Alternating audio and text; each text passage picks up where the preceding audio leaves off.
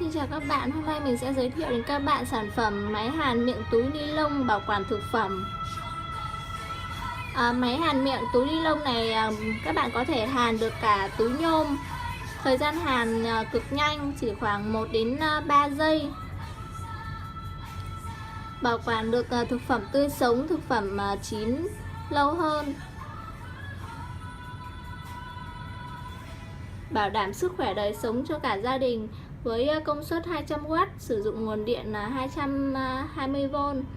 Có nhiều chế độ hàn các loại túi ni lông từ mỏng đến dày.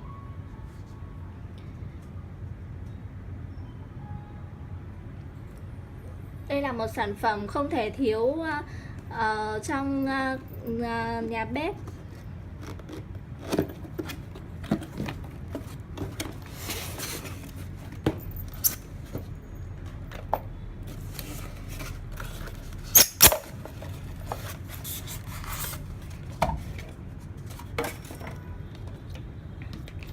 Bạn có thể thấy là rất tiện lợi,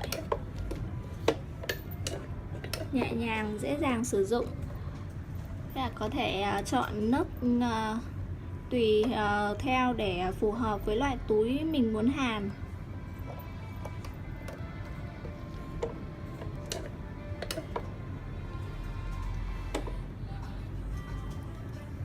Cảm ơn các bạn đã theo dõi.